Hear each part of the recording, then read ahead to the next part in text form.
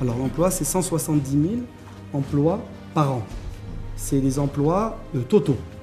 170 000 emplois par an, c'est des emplois totaux. Parce que vous avez dit recruter. Recruter, ça donne l'impression que c'est la fonction publique. Donc c'est 170 000 emplois par an, ça fait donc à peu près 850 000 emplois sur 5 ans. Sur 5 ans. Dans ces emplois, il y a une attention aussi particulière sur la fonction publique de 20 000 emplois par an. C'est ce que nous pensons être raisonnable et ce qui est calé sur une croissance économique de 5%.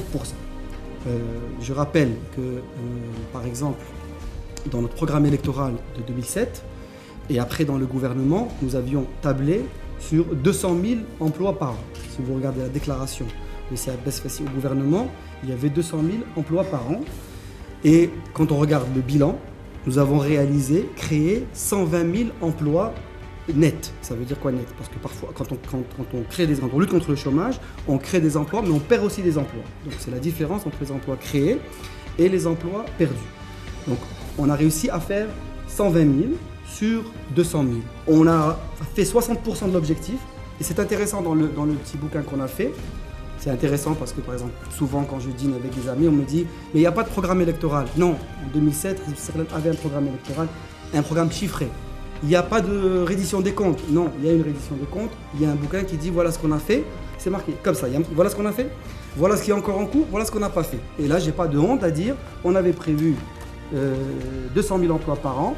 On en a fait 120 000, mais il y avait toutes les crises du monde qui se sont abattues sur cette période, et c'est un résultat qui est assez honorable.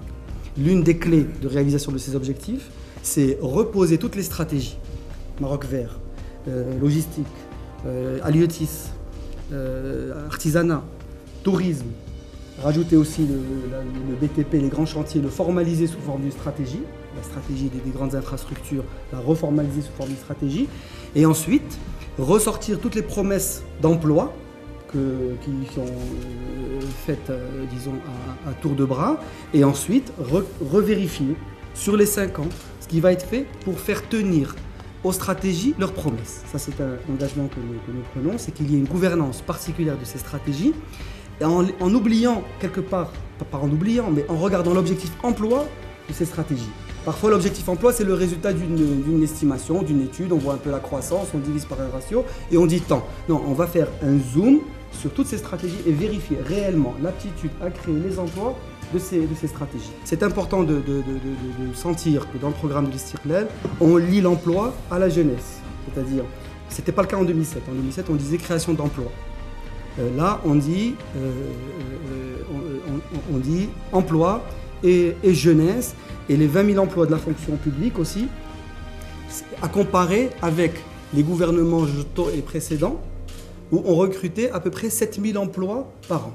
Là aussi, c'est une notion, je dirais, où on décrispe le tabou de l'emploi de la fonction publique. La fonction publique n'est pas là pour recruter tout le monde, mais il y a des besoins.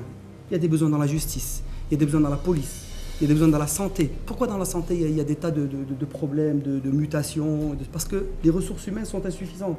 Et donc, il y a des besoins dans l'éducation nationale. Donc, tous ces besoins, bien, ils rendent des services aux citoyens. Donc, si ces besoins peuvent aussi aider à recruter, bien sûr, en maintenant les équilibres budgétaires, parce que toute l'action économique qu'on a faite au cours de ces dernières années, on est resté sur un taux moyen de 4,5%. Un déficit budgétaire maintenu, 3%, 4% cette année où tout le monde s'attendait à 6%, on va terminer à 4%, et une inflation qui est limitée à 1% et un taux d'endettement de l'ordre de 60%.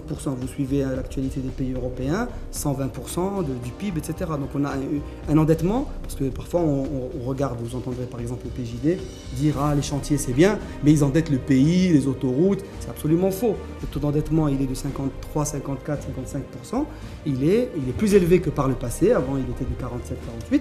Mais c'est ça qui fait qu'on a 4,5%, c'est ça qui fait qu'on travaille, c'est ça qui fait qu'il y a une baisse du chômage. Alors tout ça, on va le continuer, et je termine sur l'emploi. On a aussi des idées, je dirais, bâties sur les échecs passés en matière de requalification des non-diplômés ou des gens qui ont besoin de requalification par donc toutes les personnes qui sont bac plus 7, disons niveau 6e année, niveau 7e année. Je suis un élu de Bimsik et Sbata. la réalité du chômage, c'est celle-là. C'est 15 à 16, 17% de chômeurs qui n'ont pas de qualification.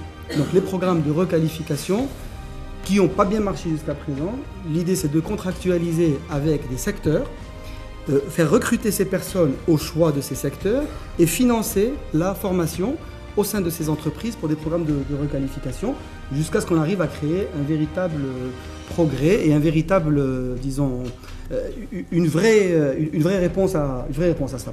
Pour l'instant, on n'y est pas encore arrivé, mais on compte y arriver.